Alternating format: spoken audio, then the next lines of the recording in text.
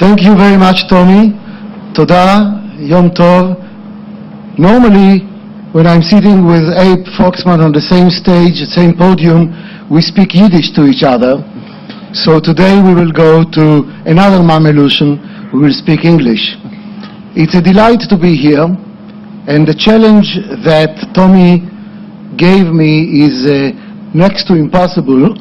Tell us all what you know in 15 minutes. Which the only way to start is to look at it with a light tone. There is a very famous story about Bernard Shaw. As you know, Bernard Shaw had a very sharp tongue, and one day he was supposed to introduce a rival of his, and of course he could not resist not being sniding in his remarks. So he said, well, let me invite Mr. X to the podium, and Mr. X will tell us everything that he knows about the subject in 15 minutes. And Mr. X was shattered and said, how can I put everything that I know within 15 minutes? And Bernard Shaw allegedly told him, well, if you find it too difficult, you can speak slowly. So I will speak, however, fast. The subject is mega trends. You may ask yourself, what is in common to the various perspectives that are going to be presented to you this morning? And my answer is, in the global era, everything is interconnected. Whether it is the war against drugs, whether it is the war against anti-Semitism, whether it is the future of the Middle East, they are all, at the end of the day, depend and reflect the realities in the world economic system. So that's my task as the opening speaker in this session. What are the mega trends?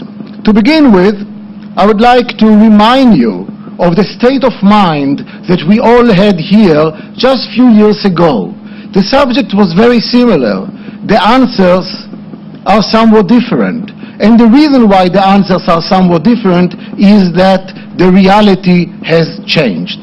So I can tell you right now, those of you who need to leave the room will recognize that the scenario of doomsday, which was a cloud over us, is now coming with a much lesser probability. And the world is going to recover, albeit a bit slowly. What qualifies a trend to be mega trend? Answer, when we meet here in 3 years, the factors that we are discussing today that were described as mega trends will still be relevant in explaining the circumstances in 3 years. And they involve growth, they involve trade, they involve monetary policy that everyone so is eager to know, they involve the euro, etc. So let me start with growth. To begin with, when we met here in 2009, we wanted to leave the room and say, forget about it. We are not going to be able to make it. The world has been growing year in and year out, and then came the big crisis, and the world economy shrunk. Today, 5 years after the event, the world economy is recovering. So why are we worried? The reality is that this recovery, while across the board, is not of the same intensity across the world. If you are in Asia and you are an emerging economy, your growth is likely to be much faster than if you are an industrial country. All of them are recovering, but at a slower pace. So what is the mega trend that comes out of that?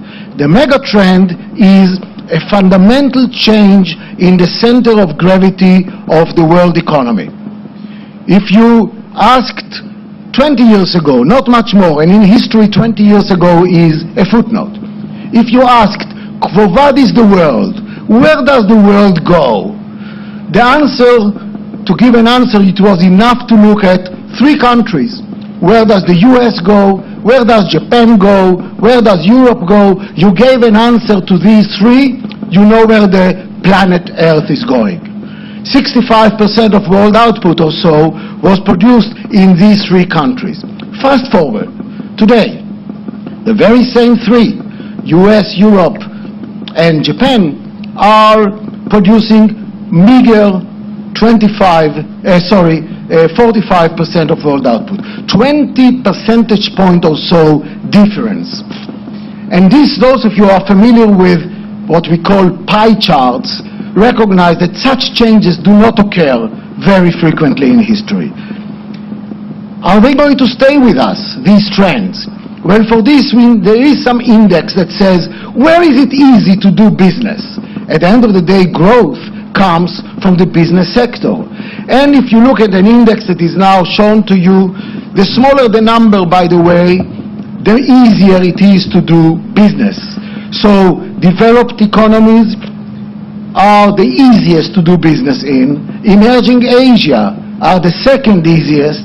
If you are emerging in Latin America, it's pretty tough to do business. And if you are in MENA, Middle East and North Africa, it's the worst place to do business.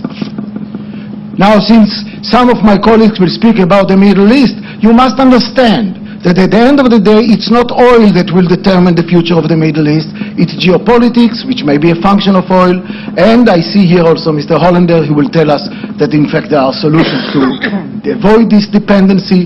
But there is the issue of bureaucracy and where to do business. Second subject, the world is interrelated. Remember the year 2009 that the world economy shrunk. It so happens that this is the very year that world trade has collapsed. After many years in which growth of trade was positive year in and year out, thereby spreading the benefits from growth all over the world, came 2009 and shrunk. The countries became closed. You did not trade anymore for a variety of reasons. That element is fortunately behind us, but still trade negotiations are very difficult. But if you ask people at the time, what is the greatest tension in the trade area, they would tell you China versus the US and Europe. The analytical and practical mistake in this focus is that the world is so much bigger. As you can see, China, which is in the middle, versus US and Europe, they trade. China has a surplus vis-à-vis these countries, hence trade frictions, but it is all a footnote compared with where the action really is. China vis-à-vis the rest of Asia, their trade is at least double and much more vibrant. China has a balance, rather surplus vis-à-vis them. The trade chain is more complex, and if you focus only on one link, you are bound to go wrong. In fact, many of you are businessmen and businesswomen who recognize that the opportunity in China is growing and is vast. Gone are the days that when you mention China, the response was a threat. Today, when you mention China, the response is an opportunity. And yes, it has to be managed in a wise way. In the year 2000, out of all the exports of Europe, only 5% went to China. Today, more than 21%. In the year 2000, of all the export of the United States, 7.6% went to China. Today, more than 22%. In other words, the business sector has recognized this. Is this a mega trend? The answer is yes. Because as this happens, international reserves are flowing in one direction from the deficit countries to the surplus countries, and by now China is holding already $4 trillion of international reserves. Is it a lot or a little? Is it a time bomb or not? To whom? Who is the vulnerable, the borrower or the lender? I leave it to you to know, but this is the balance of, it's not in the interest of anyone to collapse. Now we come to monetary policy, the subject that all of you are saying, well, what will it tell us about monetary policy? We know one thing, that when the world practically was on the verge of collapse, policymakers were very limited in terms of their available policy instruments. Deficits were large, debt was high, and therefore fiscal policy was constrained. Interest rates were still reasonably high, and therefore, practically all over the world, monetary authorities have lowered interest rates to historically low levels. And you have in the little box the levels that show where interest rates are now, practically around zero. US 25.25, Europe just lowered rate last week to 0.15, etc. What it means is there is nowhere else to go. That's it. You cannot go negative. Well, you can play games if you want. And therefore, a lot of central banks, led by the Federal Reserve, have introduced what is called unconventional monetary policy, which was perceived and viewed as the correct policy to implement given the constraint, but recognizing that it is a detour. It is not in the interest of anyone to stay in this abnormal situation, but the economy is very, very weak, hence quantitative easing that took place globally. And indeed, if in the year 2007 we calibrate the assets of the central banks to be, say, 100, today in the Federal Reserve the number is 500, 498. Can you imagine the rate of expansion of the balance sheet of the Federal Reserve? This is genuinely quantitative easing. And you can see that there were several phases. Each one is QE1, QE2, QE3, etc. The last one is the steepest one. And there is a consensus now that that policy has exhausted its potency. In fact, QE3, many people say, was already too much in the sense that it did not yield the expansion that was hoped for. You can lead the horse to the water, you cannot force it to drink the water. And indeed, many of the banks that absorbed those assets, by the way, when the Fed has expanded, have redeposited it at the Federal Reserve to earn this minute interest rate. It did not enter into the economic system. The European Central Bank tried in a different way also QE, but as you can see, for the last, since 2012, already this is declining. The banks are standing in line to return to the European Central Bank the loans that it gave to them. Put differently, we are in a situation where the non-conventional measures, effective as they are, there is a consensus they are less effective than what used to be the interest rate. And every central banker is now hoping that the circumstances will be such that will enable normalcy. So the direction of interest rates can be in two ways, because today there is only one way. And of course, you can ask yourself, so why don't they do it? Well, because they are responsible central bankers. They basically say, I want the economy to be able to be strong enough so they do not need to have the crutches of the QEs, of the unconventional measures, and then I will come to normalcy. Nobody, I would say, assumed in 2007 that in 2014 we will discuss these issues. It was viewed as a detour, and the danger became that it may become the new paradigm. So that's why it is so important that the central banks are now broadcasting and clarifying that it is a detour and that tapering, normalization is in the pipeline, not tomorrow. It will take some time.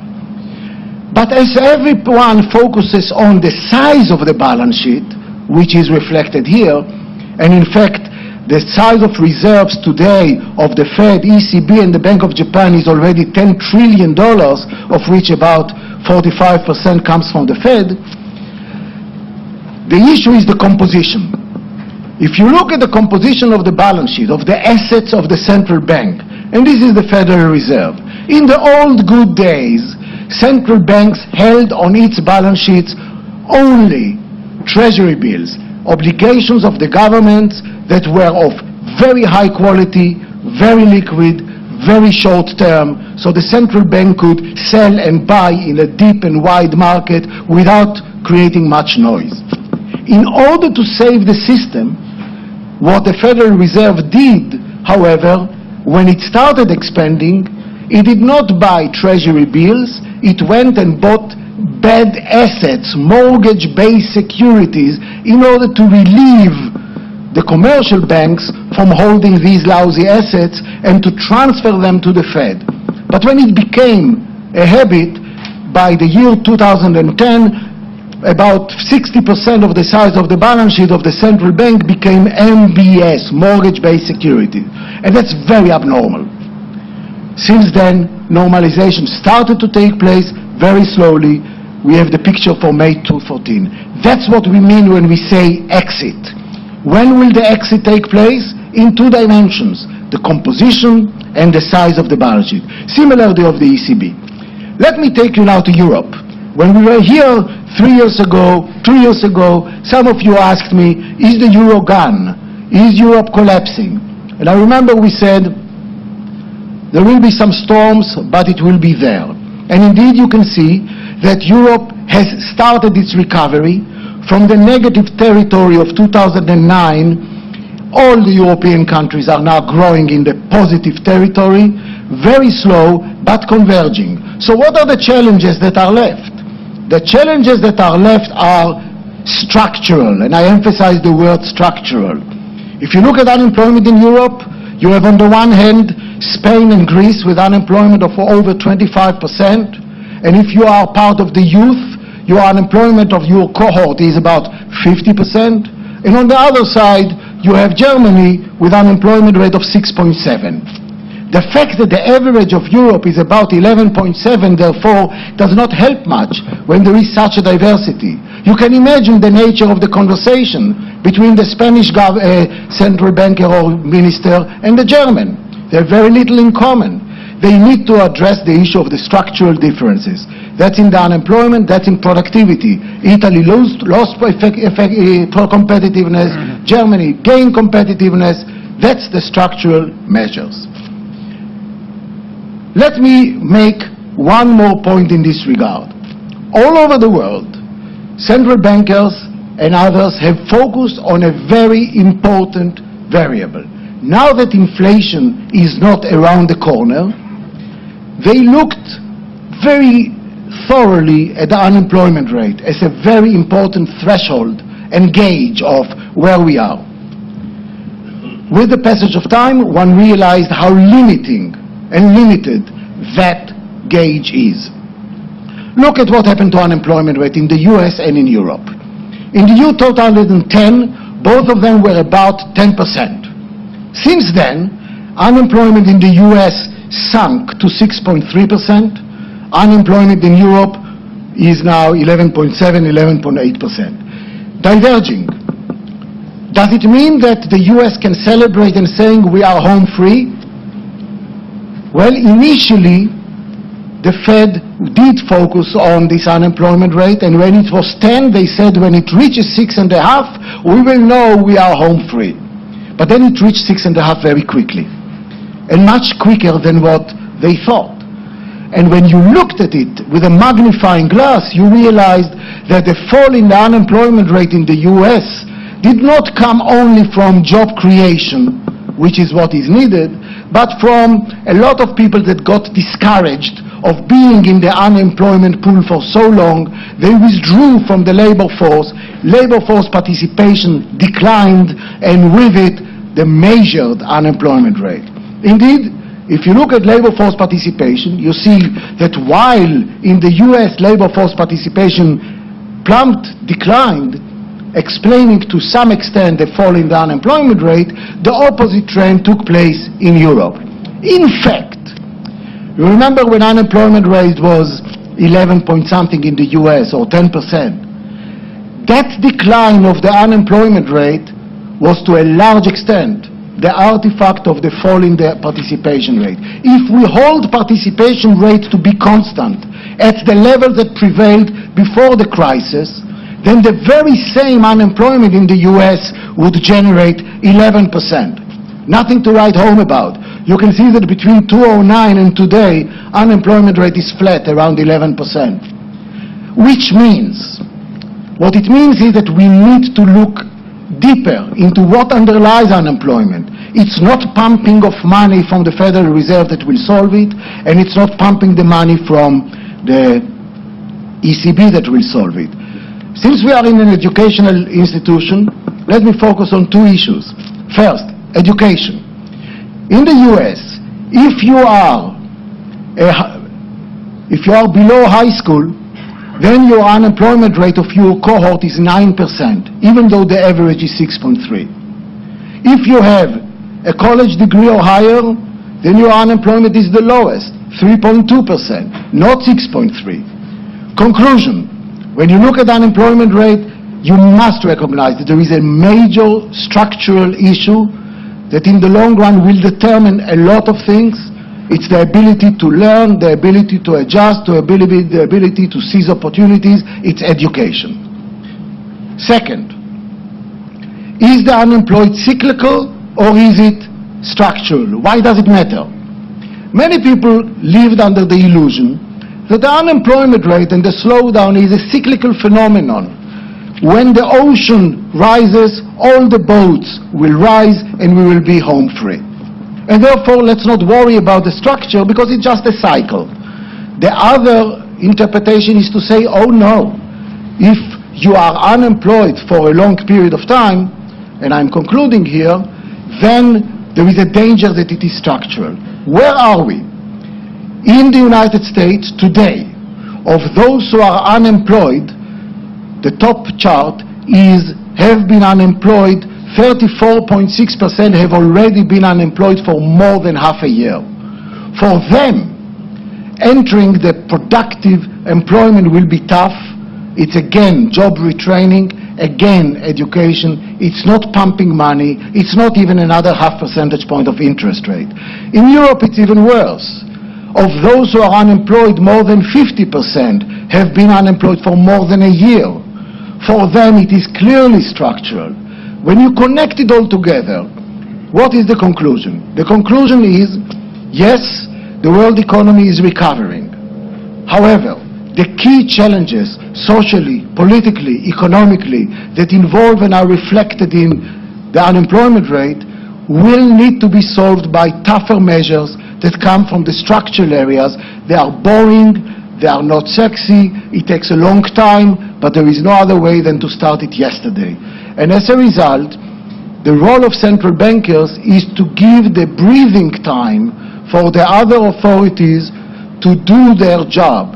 If the time is wasted, then not only the solution was not found, but the initial conditions when the solution will be sought to be found will be so much harder. So the challenges are still ahead of us. Thank you very much.